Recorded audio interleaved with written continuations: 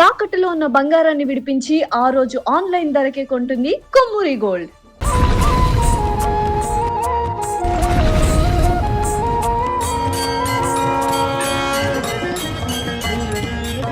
ఈరోజు మనం వచ్చేసినాము 700 సంవత్సరాల చరిత్ర కలిగిన బలకంపేట ఎల్లమ్మ గుడికి.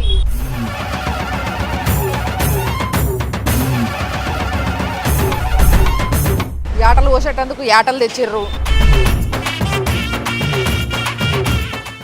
అసలు సారలు, వడి బియ్యము, చీరలు అసలు చెప్పాల్సిన అవసరం లేదు తెలుసా. అసలు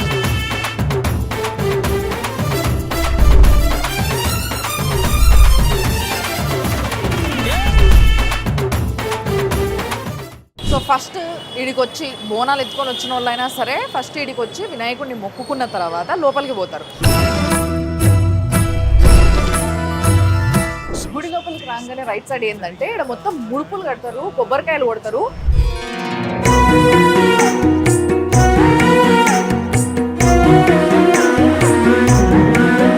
ఇక్కడ అమ్మవారిని దర్శించుకుంటే 18 శక్తిపీఠాలను దర్శించుకున్నంత శక్తిని, 18 శక్తిపీఠాలను దర్శించుకున్నంత పుణ్యాన్ని మూటగట్టుకుంటాము అని చెప్పేసి అంటారనమాట.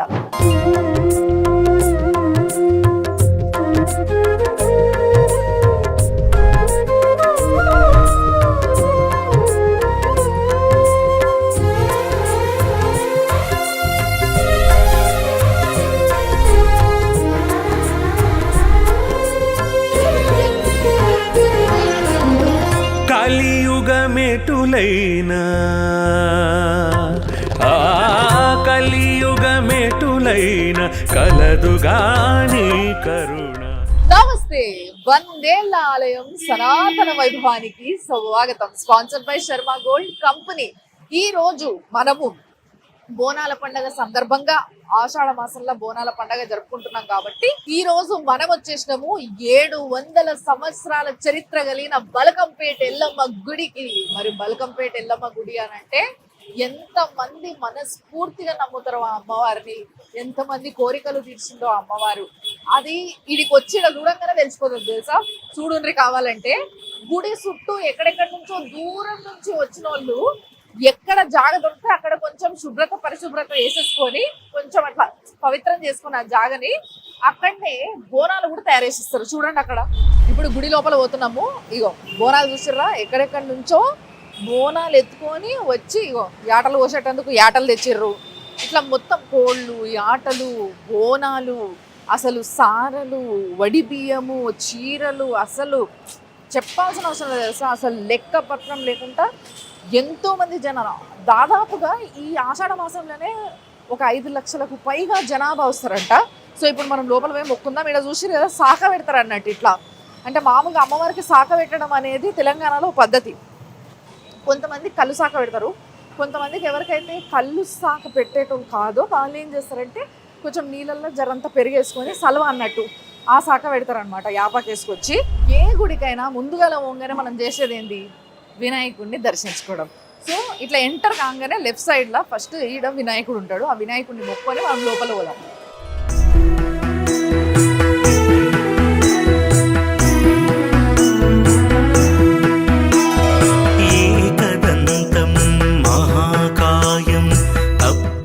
సో ఫస్ట్ ఈడికి వచ్చి బోనాలు ఎత్తుకొని వచ్చిన వాళ్ళైనా సరే ఫస్ట్ ఈడికి వచ్చి వినాయకుడిని మొక్కుకున్న తర్వాత లోపలికి పోతారు. అయితే మనం లోపల పోకుండా మీకు ఇంకొక జాగా చూపిస్తా. అంటే గుళ్ళకి లోపల రాగానే లెఫ్ట్ సైడ్ ఏమో వినాయకుడు ఉన్నాడు కదా, ఇప్పుడు రైట్ సైడ్ ఏముందో చూపిస్తారా అంటే.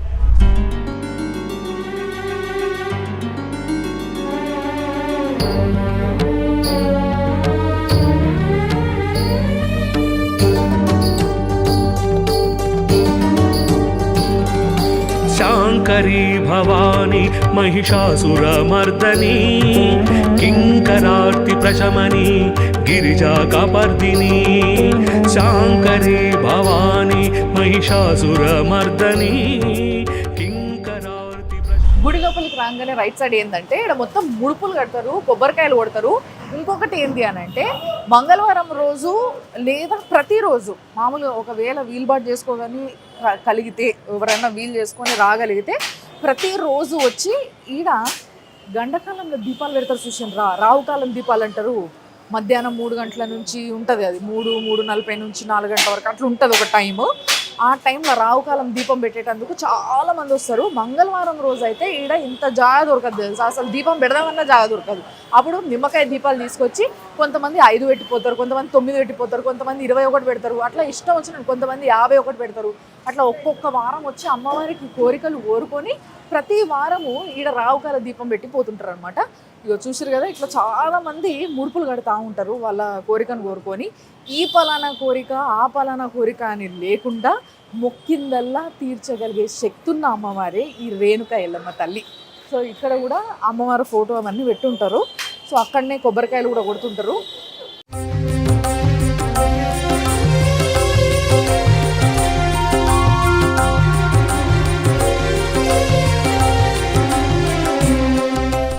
ఇప్పుడు మనం లోపలికి పోతున్నాం. లోపలికి పోవాలంటే మళ్ళీ ఇడికి వెళ్ళి లోపల పోవాలి. ఇంకోటి ఏంటంటే బలకంపేట ఎల్లమ్మ అంటే బాయిలో వెలిసిన అమ్మ కదా, మనందరికీ తెలుసు బాయిలో వెలిసింది అమ్మవారు అని. అందుకోసమే గ్రౌండ్ లెవెల్ కన్నా కూడా 10 అడుగులు కిందికి ఉంటుంది అనమాట అమ్మవారు. ఇప్పుడు ఆమె దగ్గరికే మనం పోతున్నాం.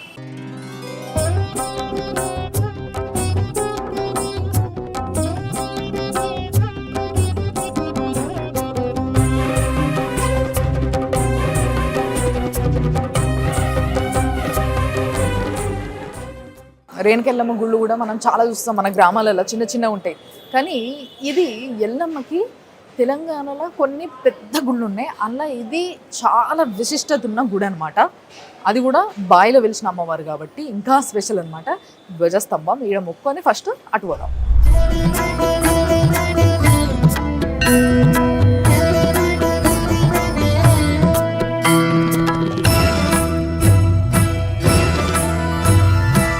ఇక చాలామంది ఏం చేస్తారంటే మీదికి వెళ్ళి లైన్ కడతారు.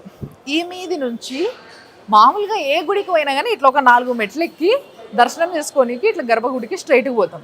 కానీ ఇక్కడ అందరూ లైన్ ఫామ్ చేసి కిందికి పోతారు అన్నట్టు. 10 అడుగులు కింద ఉంటుంది కాబట్టి అమ్మవారు. అయితే ఇది ఇంకో గుడి, ఈ గుడిలో ఉన్న ఇంకో స్పెషాలిటీ ఏంది అని అంటే అమ్మవారి పైన ఇక్కడ అయ్యవారు ఉంటాడు అన్నట్టు. అంతే కదా, మరి ఆమె ఏడు ఉంటే వాళ్ళ ఆయన ఆడు ఉండాలి కదా, అందుకోసం అన్నట్టు చూపిస్తారంట. ఇగో ఇప్పుడు కింద అమ్మవారు ఉంది కదా, కరెక్ట్ అమ్మవారి మీద పైన ఇక్కడ లింగం ఉంటుంది అన్నమాట. సో యాక్చువల్గా పైన శివుడు అన్నట్టు, ఎందుకంటే మీరు చూసారు కదా అక్కడ ఇది ఉంటుంది త్రిశూలం. ఎక్కడైనా రేణుకమ్మ గుళ్ళల్లో, చిన్న చిన్న గుళ్ళలో కూడా అయ్యవారిని త్రిశూల రూపంలో ప్రతిష్ఠిస్తారు. అంటే జమదగ్ని ఆ శివుడి రూపం అని పురాణాలు చెప్తున్నాయి. కాబట్టి జమదగ్ని ఆమె భర్త కాబట్టి ఆయనని ఇట్లా త్రిశూల రూపంలో పెడతారు అన్నమాట.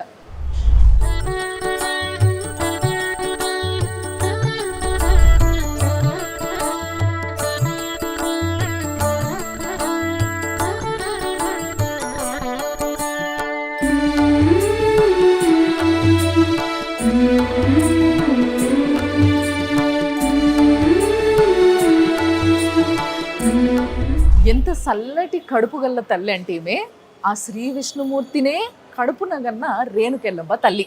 అవును, పరశురాముడిని అంటది కదా, మరి పరశురాముడు ఎవరు? ఆ శ్రీ విష్ణుమూర్తి. ఆయన చిరంజీవి కాబట్టి చిరుకాలం ఈ భూమి పైన ఏదో ఒక రూపంలో, సూక్ష్మ రూపంలో కావచ్చు, ఏదో ఒక రూపంలో ఇంకెక్కడైనా హిమాలయాలలో కావచ్చు, ఎక్కడైనా కూడా ఆయన ఉన్నాడు అని చెప్పి నమ్ముతాడు. ఎప్పుడైతే అవసరమో, కలియుగంలో మళ్ళీ ఎప్పుడైతే అవసరమో అప్పుడు కలికి భగవాన్ యొక్క అవతారం ఎత్తి మనందరి మధ్యలోకి వచ్చి ధర్మాన్ని స్థాపిస్తాడు ఆయన్నే. ఆ విష్ణుమూర్తిని కన్న తల్లి ఆమె కాబట్టి ఆమె కడుపెంత చల్లది, ఆమె ఎంత చల్లది. అసలు ఆమెకి మొక్కుతే తీరందంటే ఏమన్నా ఉంటుందా? ఇక చెప్పండి.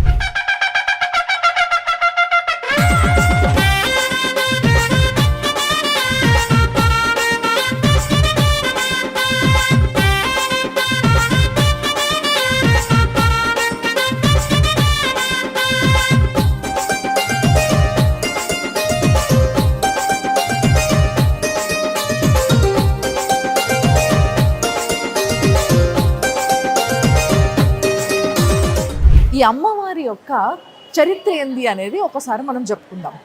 అయితే ఈ అమ్మవారు బాయలు ఉంటుందన్న ముచ్చట మనం ఇప్పటికి 2 సార్లు చెప్పుకున్నాం కదా. అయితే ఈ అమ్మవారు ఈ జాగ ఏదైతే బల్కంపేట ఉందో, ఈ బల్కంపేట అనే ఒక ఊరు అసలు హైదరాబాద్ అనే ఒక నగరము స్థాపించక ముందు నుంచి ఉన్న ఊరు అనమాట. అయితే ఈ ఊర్లో ఎక్కడెక్కడో దూరం దూరం ఇల్లులు ఉండేవి, మొత్తం మీద అంతా పొలాలే ఉండేవట. ఆ పొలాలల్లో ఇది ఒక రైతు పొలం అన్నట్టు. అంటే ఇప్పుడు ఈ జాగ మనం నిలబడ్డ జాగ అంతా కొన్ని వందల సంవత్సరాల కింద రైతు యొక్క జాగ. అంటే ఆయన ఈడ పొలం వేసుకునేటోడు. ఆ పొలం వేసుకున్న రైతుకి ఒక రోజు బాయిలా, అంటే ఇప్పుడు మనం పొలంలో ఇప్పుడు అంటే మోటార్లు వేసుకుంటున్నాం, అప్పుడు బాయిలు ఉండేటివి కదా. సో అట్లా బావి ఉండేది అన్నట్టు. ఆ బాయిలో ఏందబ్బా ఏదో రాయిలా వచ్చింది. ఒక స్టేజ్లో నీళ్ళు తోడుతుంటే బాయిలా రాయిలాగా తగిలిందంట. ఆ రాయి ఏంది, సరే తీద్దామా అని చెప్పి చూస్తే, కొంచెం గట్టిగా పరీక్షించి చూస్తే దానిపైన ఉన్నది ఆ అమ్మవారు అన్న విషయాన్ని గ్రహించిండు. అంటే అమ్మవారి రూపం ఉన్నది, మరి ఏ అమ్మవారో ఏందో ఏం తెలుస్తలేదు అని చెప్పేసి శివశక్తుల్ని పిలిపించిండంట. శివశక్తులు తెలుసు కదా, ఇప్పుడు కూడా చాలామంది శివశక్తులు ఈ గుడికి ప్రతిసారి బోనం తీసుకొని వస్తూ ఉంటారు. సో అట్లా శివశక్తుల్ని పిలిపిస్తే వాళ్ళు చూసి వాళ్ళు గుర్తించిండ్రంట, ఓ ఇది రేణుకెళ్ళమ్మ తల్లి, ఈ తల్లికి పూజలు చేద్దాము, ఈ తల్లి అందరినీ చల్లగా చూస్తుంది అని చెప్పేసి వాళ్ళు చెప్పంగా అప్పుడు పూజలు చేసుడు మొదలుపెట్టిరట.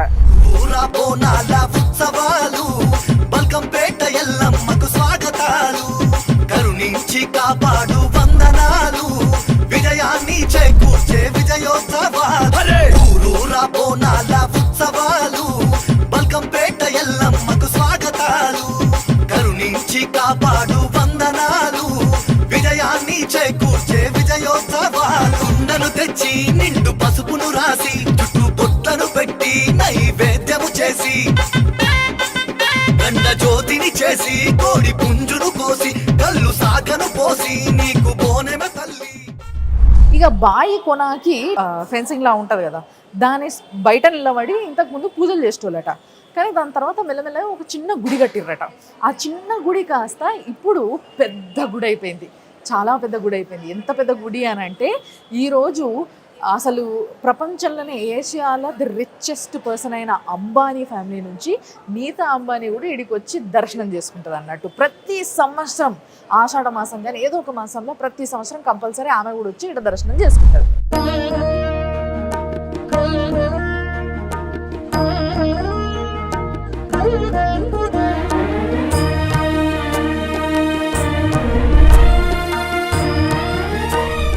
పూజలు మొదలుపెట్టారు. పూజలు మొదలుపెట్టినప్పటి నుంచి ఏ మొక్కు మొక్కినా ఆమె తీర్చుడు మొదలుపెట్టింది అన్నట్టు. ప్రతి ఒక్కరి కోరిక, అది ఆరోగ్యానికి సంబంధించిన, పెళ్ళికి సంబంధించిన, పిల్లలకి సంబంధించిన, సంసారానికి సంబంధించిన, ఇంకా ఏ సమస్యకి సంబంధించిన ఆయురారోగ్య ఐశ్వర్య అభివృద్ధి ఆనందాలను అన్నింటినీ కలగజేసే తల్లే ఈ రేణుకెళ్ళమ్మ తల్లి. జగత్తుని ఏలే తల్లే ఈ రేణుకెళ్ళమ్మ తల్లి. అందుకోసమే ఈ అమ్మవారికి ఇన్ని పూజలు, బోనాలు, అసలు పొట్టేళ్ళు, అసలు ఏమి లేదని చెప్పాలి. మంచి ఆమె ఒడి నింపేటందుకు ఎంతోమంది ఆడపడుచులు వస్తూ ఉంటారు ప్రతి సంవత్సరం వీడికి. ముఖ్యంగా మంగళవారము, బేసారము, ఆదివారం మాత్రం అసలు కాలు పెట్టడానికి జాగు ఉండదు అనమాట.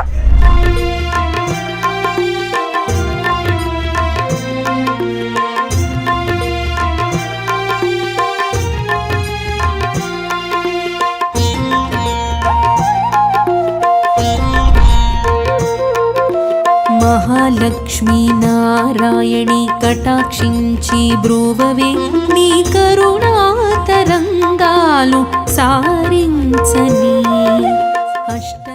అమ్మవారి గర్భగుడి చుట్టూ అంటే అమ్మవారి యొక్క అవతారాలు ఉంటాయి కదా, కాళికామాత కానీ, రాజరాజేశ్వరి కానీ, రేణుకెళ్ళమ్మ కానీ, లేకపోతే బాలత్రిపుర సుందరి కానీ, కౌమారి కానీ, అసలు ఎన్ని అమ్మవారి రూపాలు ఉన్నాయో అవన్నిటినీ కూడా గుళ్ళ మొత్తం అమ్మవారి రూపాలే తెలుసా. అసలు ఎట్టు చూసినా అమ్మవారే కనబడుతుంది. చూసిర్రా, ఆ అమ్మవారికి గాజుల మాలేసిండ్రు, కూరగాయల మాలేసిర్రు. శాకాంబరి అని చెప్పి అమ్మవారిని కూరగాయలతో అలంకరిస్తారు తెలుసు కదా. సో అట్లా మొత్తం అమ్మవార్లందరికీ కూడా బెండకాయలు, వంకాయలు అవన్నీ మాల తిరిగి గుచ్చి మంచిగా మాలేసిండ్రు. ఇంకొకటి ఏంటంటే ఈ గుళ్ళ ప్రతి శుక్రవారం కూడా అన్నదానం అవుతుందంట. దానికి ప్రతి ఒక్కరూ వచ్చిన వాళ్ళందరూ కూడా ఎంతో అంత వాళ్ళకి తోచినంత అన్నదానానికి డొనేట్ చేసి పోతారనమాట. కానీ ప్రతి శుక్రవారం ఇక్కడికి వచ్చిన ప్రతి ఒక్కరూ, వాళ్ళు హై క్లాసా లో క్లాస్ అనే సంబంధం లేకుండా ప్రతి ఒక్కరికి సమానంగా భోజనం పెడతారంట శుక్రవారం రోజు ఒక్కరోజు. ఇప్పుడు ఆ అమ్మవారిని చూసేటందుకు మనము కిందికి పోతున్నాం అన్నట్టు. చూడండి, ఇప్పుడు గర్భగుడికి పోయేటందుకు ఎన్ని మెట్లు దిగాలో ఇక్కడ అర్థమైపోతుంది. చూసారు కదా, దాదాపు 10 అడుగులు కిందికి పోయి అమ్మవారిని దర్శించుకొని మళ్ళీ బయటకు వస్తారు అందరూ. ఇప్పుడు మనం కూడా మొక్కుందాం.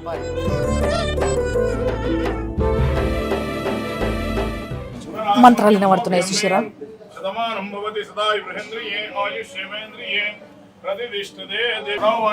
అందరూ బోనాలు తెచ్చిన వాళ్ళు, వడిబియ్యం తెచ్చిన వాళ్ళు, ఇంకా యాటలు తెచ్చిన వాళ్ళు అందరూ కూడా ఇట్లా లైన్లో నిలబడి అమ్మవారి దర్శనం చేసుకుంటారు. ఇప్పుడు నేను మీకు అమ్మవారిని చూపించబోతున్నా. గర్భగుడి చాలా చిన్నగా ఉంది, కానీ గర్భగుడి లోపలంతా కూడా 4 దిక్కుల గోడలు మొత్తం పెద్ద పెద్ద ఫ్రేమ్స్తోని వెనకాల సిల్వర్ పూత ఉండి, అంటే సిల్వర్ రేకులు ఉండి, ఆ సిల్వర్ రేకు మీద బంగారు రేకుతోని అమ్మవార్లు, అంటే ఇక్కడ అమ్మవారిని దర్శించుకుంటే 18 శక్తిపీఠాలను దర్శించుకున్నంత శక్తిని, 18 శక్తిపీఠాలను దర్శించుకున్నంత పుణ్యాన్ని మూటగట్టుకుంటాము అని చెప్పేసి అంటారనమాట. ఎందుకు అని అంటే చూసారు కదా, గుడి మొత్తం అందరు అమ్మవార్లు ఉంటారు.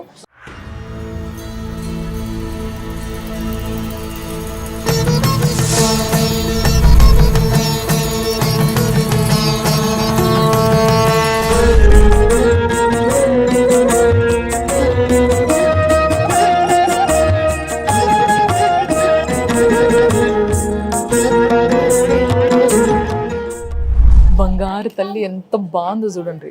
అయితే వెనకాల ఉన్నది అమ్మవారి విగ్రహం తర్వాత పెట్టింది, కానీ కింద ఏదైతే అమ్మవారు కనబడుతుందో మనకి అది అమ్మవారు బాయిలో వెలిసిన విగ్రహం అనమాట. సో ఆ విగ్రహానికి ఇట్లా బంగారు ఏమంటారు కవచం లాంటిది తొడిగిచ్చిర్రు అంతే. సో అమ్మవారు తల దగ్గర నుంచి వెళ్ళి నీళ్ళు వస్తూనే ఉంటాయంట ఎప్పుడు. అయితే గతంలో అట్లా నీళ్ళు ఎక్కువ వచ్చేసరికి గుడి కట్టడం కష్టమవుతుంది కదా, అప్పుడు పెద్ద పెద్ద గనైడ్రాలు తీసుకొచ్చి నీళ్లను మోటార్లతోని బయటికి తీసుకుంటా మెల్లమెల్లగా ఇంత పెద్ద గుడిని కట్టారు. బట్ ఇప్పటికీ కూడా అక్కడి నుంచి వెళ్ళి నీళ్ళు వస్తూనే ఉంటాయంట అమ్మవారి తల దగ్గర నుంచి వెళ్ళి. ఆ నీళ్లను తీసుకుపోయి ఆరోగ్యం బాగాలేని వాళ్ళు కొంచెం తాగినా జల్లుకున్నా లేకపోతే ఇంట్లో జల్లుకున్నా కూడా అంత మంచి జరుగుతుందంట. ఎటువంటి దుష్ట శక్తుల దగ్గరికి మన దగ్గరికి రాకుంటూ ఉంటాయంట, అట్లా నమ్ముతారు అనమాట చాలా మంది. చూడండి అసలు కళ్ళల్లాడిపోతుంది ఆ అలంకరణ చూడండి. మొత్తం అన్నీ కూడా కల్వపూలు తీసుకొచ్చి, అంటే తామరపూలు తీసుకొచ్చి మొత్తం అమ్మవారిని ఎంత మంచిగా అలంకరించిండ్రో. నిత్యం పూజలు జరుగుతూనే ఉంటాయి అన్నమాట. ఈడ చాలా మంది భక్తులు వస్తూనే ఉంటారు. ఈడ పంతులకు కూడా అసలు రెస్టే ఉండదు అన్నమాట.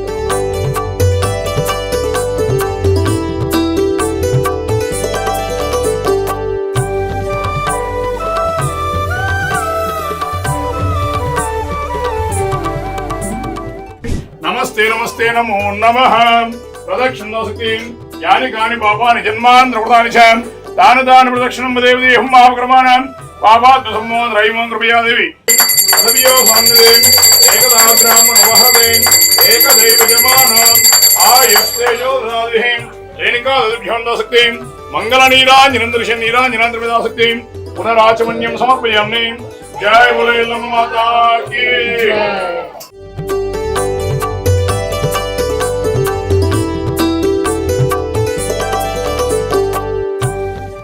ఏకదా బ్రాహ్మణ మహతే విజమానం ఆయుస్తేజోదాదిహం దృష్టం సమాహం మరణస్మన్యః భయందనాహృదయసం యస్రవరాజిదాసో ప్రళయంతాం.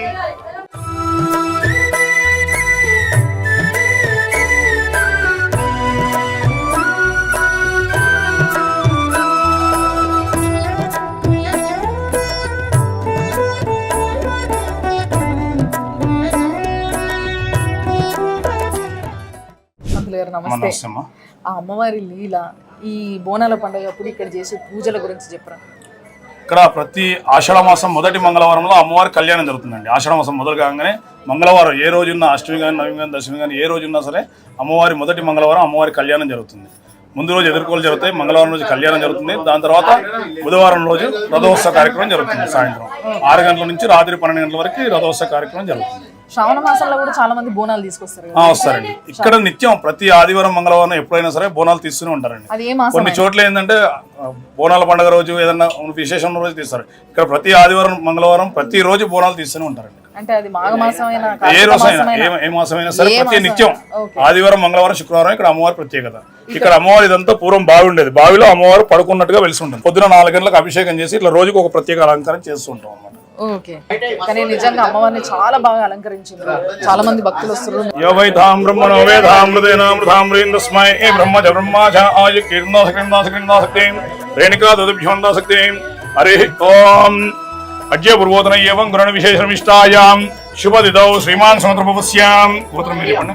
మూలకుల గోత్రం, మూలకులగోత్రపోస్యాం శ్రవణ్ రమ్య, శ్రవణ్ రమ్యానం దిశ్యాం చండీశ్వర గోత్రం, చండీశ్వరగోత్రపోస్యాం మధుసూదన్ ప్రతిభ. మధుసూదన ప్రతిభానం దిశ్యాం అంతే. ఓం బ్రహ్మాత్మికే నమః ఓం వాచవే నమః ఓం పద్మలయాయ నమః ఓం శుచే నమః ఓం స్వాహాయ నమః ఓం సుధాయ నమః. ఓం కృపయా దేవి శరణాగత పుత్రంగిదా శరణాస్తే త్వమేవ శరణస్మాదికారణ్యేన రక్ష రక్షో జనార్దన.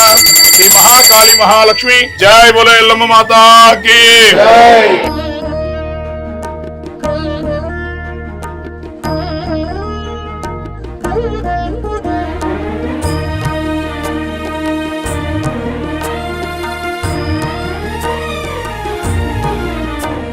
చాలా చాలా మనశ్శాంతిగా ఉంది నిజంగా.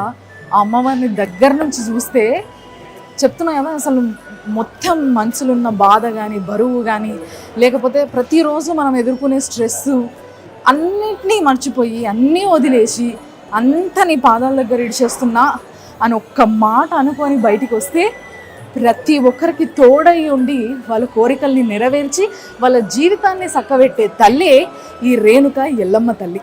గుళ్ళ మొత్తం ఇట్లా అమ్మవార్లు ఉన్నారు చూసారు కదా. ఇప్పుడు మీరు ప్రతి అమ్మవారికి కూడా మంచిగా నిండుగా ముక్కు పుల్లలు పెట్టారు చూసారా. పోగులు ఇట్లా మంచిగా ఒక సైడ్ పుల్ల ఒక సైడ్ పోగు. ఎన్ని విగ్రహాలు ఉన్నాయి అన్ని విగ్రహాలకి అమ్మవార్లకు మొత్తం ముక్కు పుడకలు పెట్టారు మంచిగా. అసలు ఎంత అందం కొడుతున్నాయంటే ఫేసులు. చాలా చాలా బాగుంది అమ్మవారిని చూస్తుంటే.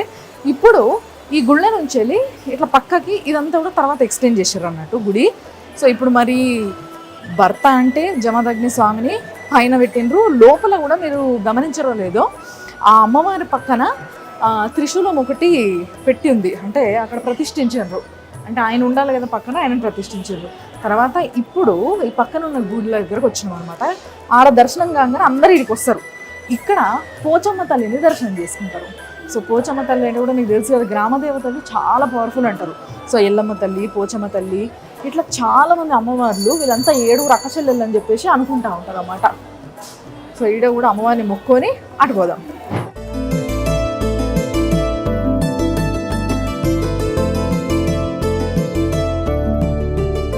పోచమ్మ తల్లిని మొక్కున్నాం కదా, ఇప్పుడు నాగదేవతని.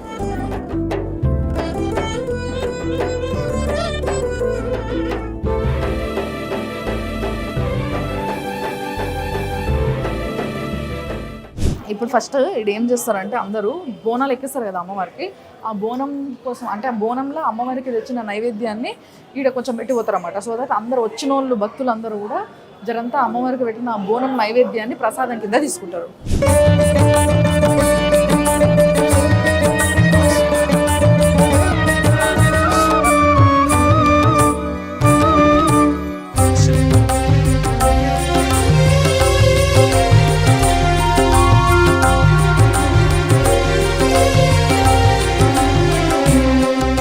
సో చాలా మంది ఏం చేస్తారంటే ఇప్పుడు బోనాలు ఎత్తుకొని వస్తారు కదా, ఇందాక పంతులు కూడా చెప్పిండు మనకి ఇక్కడ నిత్యం బోనాలు ఎక్కుతాయి అమ్మవారికి. కేవలం ఈ పలానా మాసం బోనాల పండగ కాదు, మొత్తం సంవత్సరం అంతా ఏ మాసమైనా సరే మంగళవారం రోజు ఆదివారం రోజు ప్రతి ఒక్కరు బోనం తీసుకొస్తారు. కాబట్టి ఆ బోనం తీసుకొచ్చిన వాళ్ళు ఇటు అంటే మీకు చూపిస్తా బోనం అన్నం ఎట్టుంటుందో.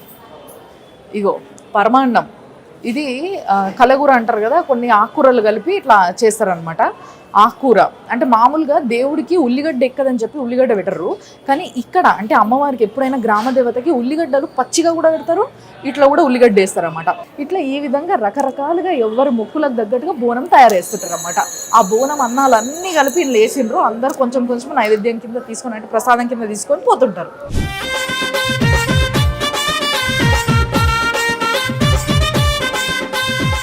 అయితే ఇక్కడ మండపం అయితే చూసారు కదా, మొత్తం అంతా కూడా గోల్డ్ ఫినిషింగ్తోని చుట్టూ అద్దాలే, మొత్తం కింద మీద అంతా కూడా అద్దాలే. మంచి లైటింగ్ కూడా పెట్టిర్రు, ఫుల్ లైటింగ్తోని అమ్మవారిని ఉయ్యాలల్లో పెట్టిర్రు అనమాట. ఎప్పుడైతే ఆమెకి పవలింపు సేన అని చెప్పేసి ఇట్లా పవలింపు సేవ చేస్తారు కదా, అప్పుడు ఈ ఉయ్యాల ఊపుకుంటా అమ్మవారికి మంచి భజనలు చేసుకుంటా పాటలు పాడుకుంటా ఆమెని నిద్ర పురుస్తారు అన్నట్టు. ఇది రేణుకెల్లమ్మ తల్లి పెయింటింగ్ వేసారు, మామూలుగా ఫోటోలు పెట్టేస్తారు కదా, కానీ ఇది మొత్తం ఆయిల్ పెయింటింగ్. చూడడానికి చాలా బాగుంది. చూడండి ఒకసారి. అందరు అమ్మవార్ల దర్శనం అయిపోయింది కదా, ఇక లాస్ట్కి ఏం చేస్తారంటే అందరూ అటు నుంచి ఇట్లా దర్శనం చేసుకుంటే ఈడికేలు వచ్చి కొంతమంది వడి బియ్యాలు తీసుకొస్తారు, కొంతమంది చీరలు తీసుకొస్తారు, కొంతమంది సారెలు తీసుకొస్తారు, కొంతమంది గాజులు తీసుకొస్తారు. సో ఇట్లా అమ్మవారికి సౌభాగ్యవతి, నిత్య సౌభాగ్యవతి కాబట్టి మనందరికీ సౌభాగ్యాన్ని ఇచ్చే తల్లి కాబట్టి ఆమెకి తీసుకొచ్చినవి అన్నీ కూడా, అంటే ఒక ఆడపిల్లకి ముఖ్యంగా కొత్తగా పెళ్ళైన వస్తూ ఉంటారు. సో ఇట్లా ఆషాఢ మాసంలో కానీ లేకపోతే ఏ మాసంలో కానీ శ్రావణ మాసంలో కానీ ఆడపిల్లలు వచ్చినప్పుడు వాళ్ళకి ఆషాఢ మాస పట్టి అని లేకపోతే శ్రావణ మాసం పట్టి అని చెప్పేసి ఇట్లా సారాలు పెడుతుంటారు కదా. అట్లనే అమ్మవారికి సౌభాగ్యవతి కాబట్టి ఆమెకి అన్ని చీరలు, నగలు ఏమేమి తేవాలనుకుంటారో వాళ్ళు ఇష్టంగా, అంటే మనస్ఫూర్తిగా ఏమేమి తేవాలనుకుంటారో అన్నిటినీ కూడా ఈడ సమర్పిస్తారు.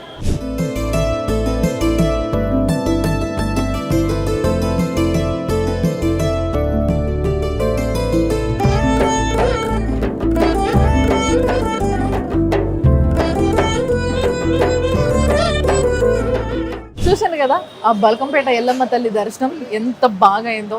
మీరందరూ కూడా ఆ తల్లి దర్శనం చేసుకోండి, ఆనందంగా జీవించండి, సంతోషంగా జీవించండి.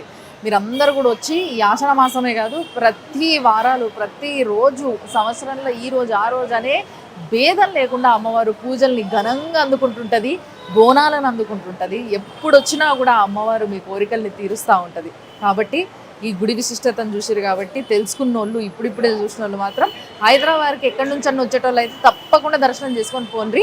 సో చాలా సంతోషంగా ఉంటారు. ఇది ఈ వారం 100 ఏళ్ల ఆలయం సనాతన వైభవం. సుమన్ టీవీ.